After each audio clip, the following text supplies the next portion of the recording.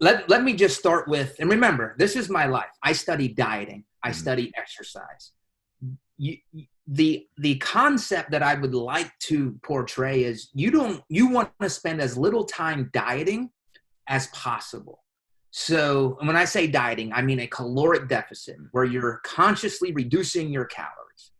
Why do you want to spend as little time there as possible? Because it's associated with and brings along with it a lot of negative consequences. So the first one is muscle protein synthesis. That's what our muscles go through as they build muscle.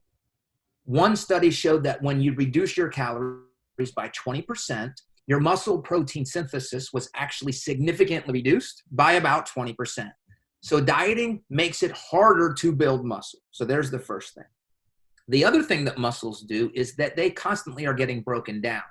We call that muscle protein breakdown. When you diet, you are increasing the rate of muscle protein breakdown. And the numbers are pretty similar. About 20%, if you reduce your calories by 20%, you increase the rate of muscle protein breakdown by about 20%. So everything about a diet is working against you in terms of being able to maintain and hopefully build muscle. So there's two of the negatives. The next negative is what everybody experiences that diets, and that is your metabolic rate gets suppressed. It gets lower.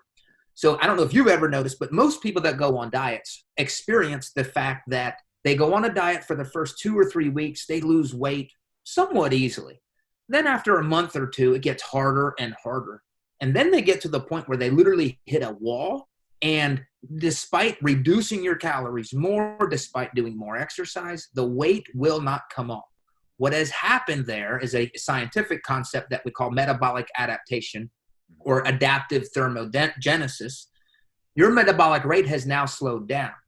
When that happens, not only is it more difficult for you to lose more weight and more fat, you now have just significantly increased the likelihood that you will gain weight in the coming weeks. Because as soon as you go off the diet, guess what your body is primed to do? Gain fat. Right. So if you're going to invest in a diet, it is my belief that you should do a couple things. Protect metabolic rate at all costs. Also, you want to protect your muscle mass at all costs.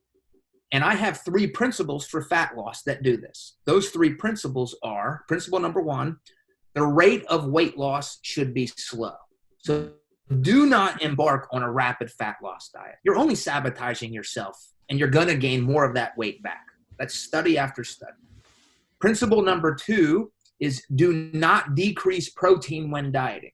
So you're going to cut your calories when you diet, but don't cut them from protein. Carbs and fat would be preferred.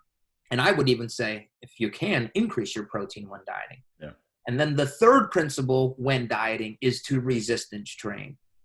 The act of lifting weights puts an anabolic stimulus on your body, and that will help preserve. And some people actually do gain muscle when dieting. It's not common, but it happens. So if you can think of those 3 things, so that's what you should do. The worst thing you can do is to do what you just did, where it's extreme dieting for week and month after month. That you, again, you're only setting yourself up for future fat gain. And we have another concept called fat overshoot. And what typically happens is when the diet is over, people will gain more total body fat back than what they started the diet with. Really? So if you can adhere to my 3 principles, you help yourself with long-term success. So let me have you respond to that, and then I'm going to get into why we did what you did and how I can justify it. Yeah, for sure. So now when looking at those studies, is that a lot of people, I mean, people always talk about like the Biggest Loser studies, and right, and they lost all this weight and then they put it back on. Is this individuals that had a lot of weight to lose that put more on, or is just overall, you can put a blanket over it, and this just covers pretty much anybody that goes on a diet, whether it's 10 pounds or 100 pounds afterwards, they're putting on more weight? So I'm glad you asked that question. My research does not directly apply to obese individuals. Okay. So if an obese individual, for health reasons or under medical supervision, if they need to lose weight at a faster rate, I don't know if there's as much harm there. Now, my principles apply to everybody. Sure. I'm just saying I focus on relatively lean people trying to get leaner or people who are already physically active. Okay. So I am not quick to say to an obese individual, because they may have fairly outstanding health issues where they may need to lose weight quickly. So Sure. I'm hesitant to apply my research because my research doesn't research obesity. Right. Now, I did, as a grad student, I did several obese weight loss investigations.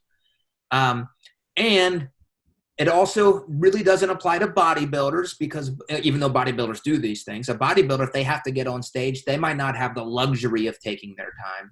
Yep. And I have one more category of people that can kind of just take what I say and throw it out the window. That's a bride who's going to get married in a month. She might care less. I need to get into this dress. And I'm like, all right. I've trained a lot of those. Yes.